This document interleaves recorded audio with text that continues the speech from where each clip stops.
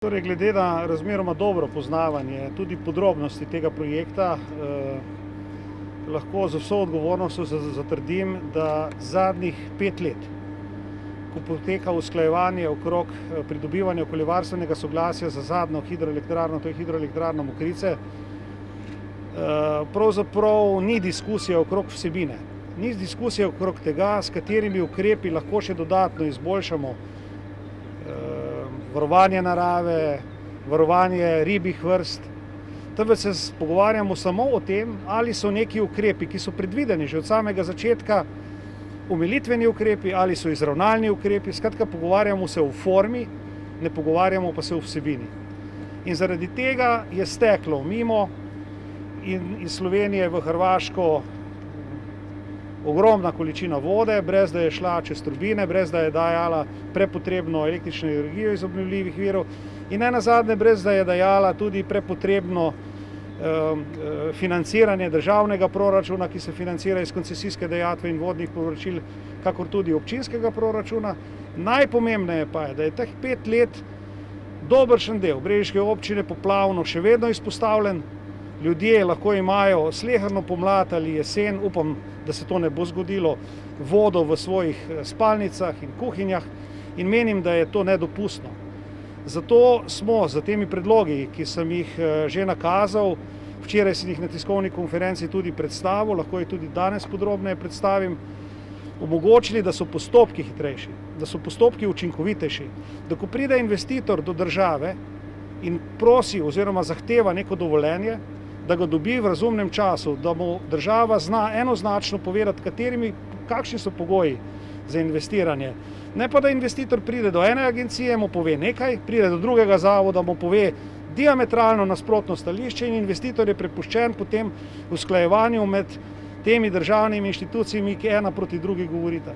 Tako da želim poudariti, da te postopke moramo poenostaviti, narediti bolj učinkovite, da bo investiranje v Republiki Sloveniji predvidljivejše in da bojo tudi takšni objekti, kot je ta, ki dajejo pravzaprav 90% kruh slovenskemu gospodarstvu in delavcem, tudi učinkovito spravljeni v življenje. Torej lahko napovem, da bomo naredili vse, da bo gradbeno dovoljenje za hidroelektrarno Mokrice izdano v letošnji jeseni oziroma gotovo v letošnjem letu, če bojo seveda obveljale te zakonske spremembe, ki jih je vlada že potrdila in če jih bo potrdil tudi državni zbor še v aprilu. Te predvidevajo določene hitrejše možnosti pridobivanja dovoljenj, ne da bi trpela okoljska vsebina. To se zame zdi ključno poudariti, kajti nekateri menijo, da bomo nekaj pohitrili, da bomo rokohitrsko delali na račun vsebine. Ne. Okolje, narava, vse te stvari so vrednota, ki morajo biti rešpektirane, spoštovane, vendar na postopkovno učinkovit način, da lahko investitor v doglednem času tudi začne z delom. Torej, pričakujem, da v letošnjem letu bo izdano gradbeno dovoljenje, ali bo pravnomočno ali ne, ni odvisno od nas, ampak je odvisno od morebitnih pritožnikov. Gotovo pa se lahko gradnja začne v prvih mesecih prihodnjega leta. To presega moje kompetence, to bo odgovoril investitor. Okoljevarstveniki so prepričani, da ste zdaj nekako izločili iz vseh teh postopkov, o čem odgovarjate, pravzaprav kdo bo še lahko od okoljevarstvenikov se vključeval v te projekte oziroma nekako podal svoje mnenje? Poglejte, veliko okoljevarstvenih organizacij izpolnjuje pogoje, ki smo jih zdaj postavili za vstop v postopke. Jaz si zelo težko predstavljam, da lahko društvo, ki združuje manj ljudi, kot je nas danes tu, ali recimo postavili smo številko 50, da lahko zastopa interese slovenske javnosti in da lahko zastopa tako imenovani javni interes. Nič koliko primerov v Republiki Sloveniji je, ko se ta, bi rekel, pravica posameznikov, ozkih skupin ljudi zlorablja. Spomnimo se ta zadnjega primera, to je primer tretje razvojne osi Gabrke, kjer malo številno društvo blokira začetek gradnje prepotrebne cestne infrastrukture Korošcev. Podobno je bilo pri gradnji tovarne Magna, ki danes stoji. Isto društvo se je pritožilo in blokiralo odpiranje pomembne tovarne in s tem vzpostavitev številnih delovnih mest.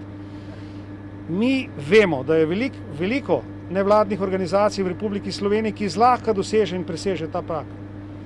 Pozanimal sem se samo v Posavju, bi v smislu zaščite te ribe, ki jo tako ščiti eno društvo, maloštevilno društvo, lahko stopile ribiške družine. Ribiška družina Brežice, ki ima nekaj 100 članov.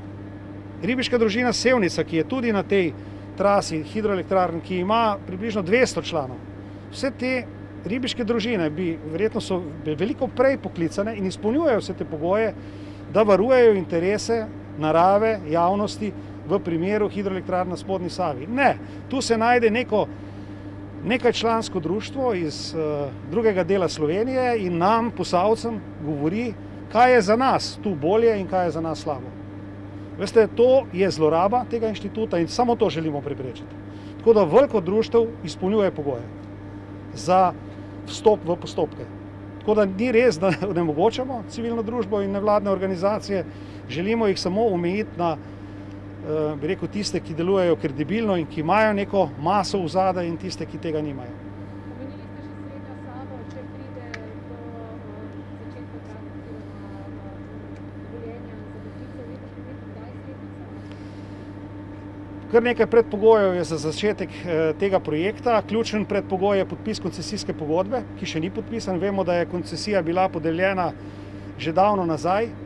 In zato načrtujemo še v letošnji pomladi tudi sklenitev koncesijske pogodbe s koncesionarjem in potem začetek oziroma nadaljevanje priprave državnih prostorskih načrtov. Upam, da bomo vmes uspeli tudi poenostaviti te postopke, da ne bodo predolgo trajali, da ne bo prehudo tega ping-ponga med mnenjedajalci in vsemi, ki dajejo svoja mnenja v teh postopkih.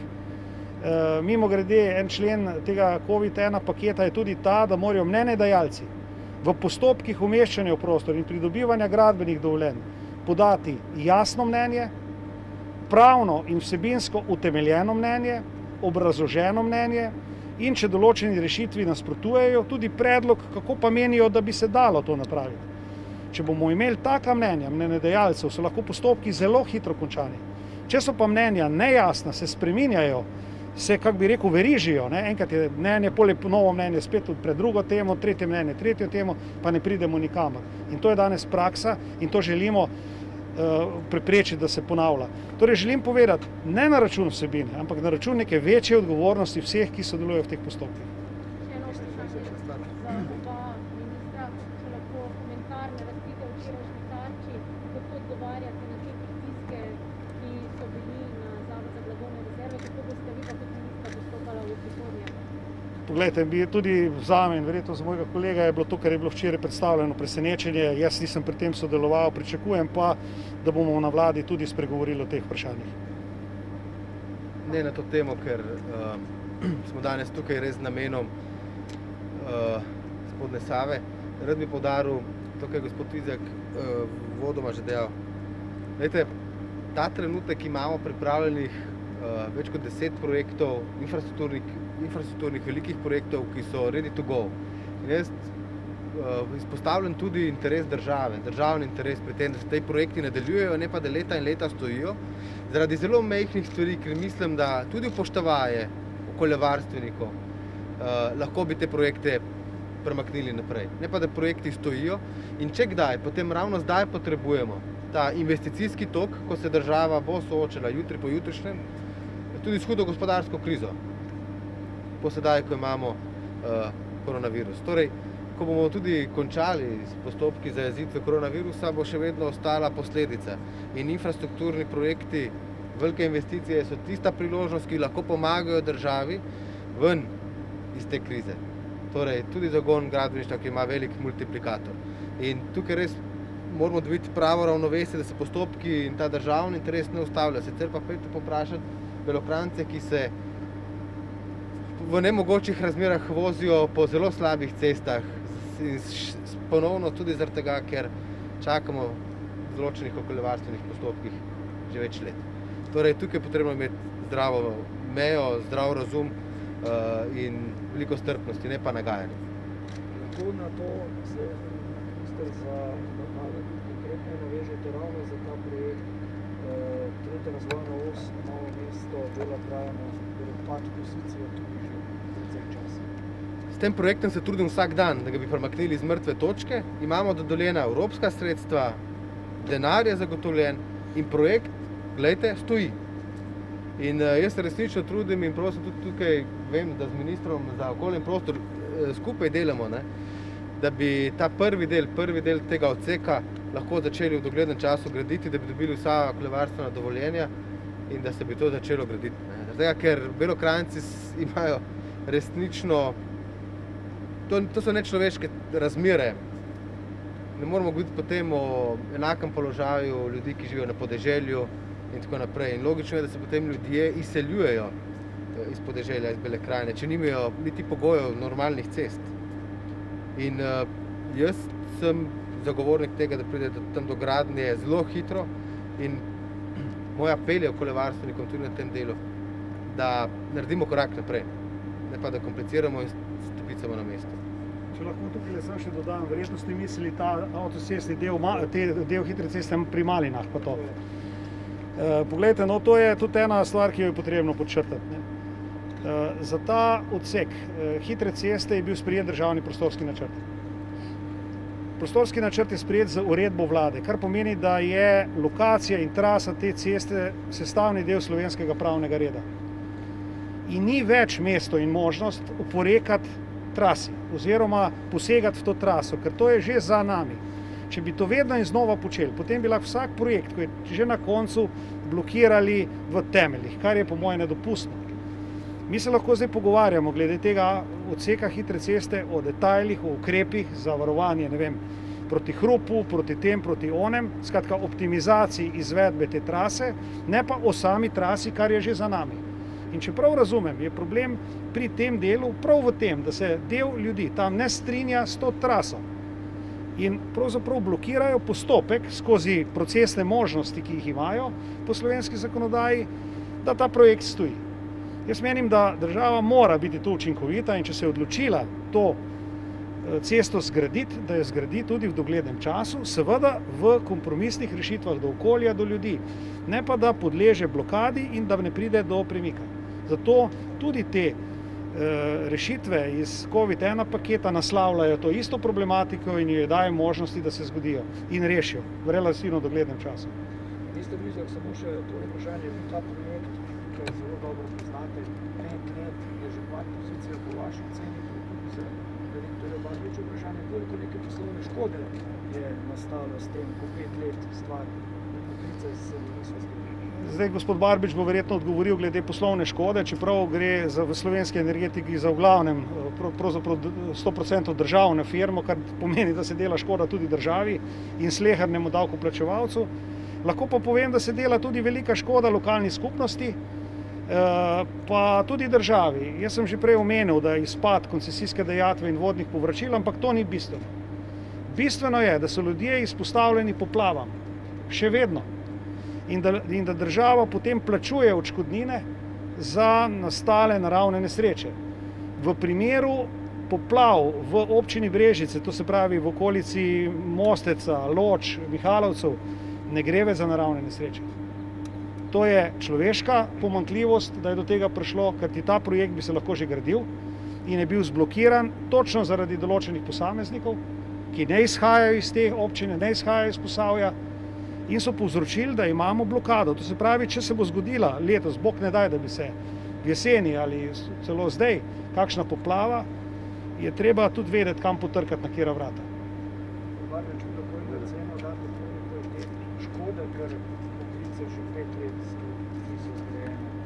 Ja, izračun je relativno preprost. Taka elektrarna proizvede okoli 130 gigavatnih ur električne energije na letnem nivoju. Če to pretvorimo v neko poprečno ceno 60 evrov na megavatno uro, pač to znese slabih 8 milijonov na leto. Toliko je pač taka škoda. In to zgubljamo vsi, to zgublja Slovenija, država, pravzaprav vsi mi, kjer smo tu, ne. Pač tako je. Lahko smo še to poveste, ko sem prej vprašal glede razpisa, če bo treba zgovorski razpis ponoviti, so javne. Zaenkrat opcije še veljajo, se sicer iztekajo v letošnjem letu, ampak verjetno, da ne bo potrebno ponavljati, ker bomo letos podpisali pogodbo ali pa podaljšali opcije. Mogoče samo eno informacijo, se upravičujem, v zvezi s posledicami negradnje. Ljudje iz Urada za makroekonomske analize in razvoj so izračunali, da sleherno leto gradnje hidroelektrarn na spodnji Savi prinesejo 0,3% k rasti bruto domačega proizvoda. To je velika številka. Čeprav so decimalke, ampak je velika številka. Od tega so odvisni, ker to so številke, ki govorijo o tem, koliko izvajalci, ki delajo, plačujejo v proračun preko davkov in prispevkov. Ne koliko je posledica recimo nepridobljene električne energije. In za toliko manj denarja je za šolstvo, za zdravstvo, za kulturo in za tako naprej. Tudi te posledice je potrebno šteti in upoštevati. In ne nazadnje, če gledate zadnje rezultate doseganja Slovenije deleža obnovljivih virov električne energije, vidite, da stagniramo. Slovenija se ne približuje zavezam iz paketa 2020, kaj šele ciljem za leto 2030. Zaveze 2020 so penalizirane. Če ne bomo dosegli deleža obnovljivih virov v končni porabi, kar ne bomo zaradi neizgradnje Mokrice, pomeni, da bomo plačevali mi, slovenski davkoplačevalci, denar tujim firmam oziroma tujim državam, ki so pa to zagotovile, da bodo zagotovile še tisto, kar mi nismo. To se pravi, gre za absurdno situacijo, ko moramo zaradi blokade plačevati hude kazni zaradi nespoštovanja zavez iz danih v Evropski uniji.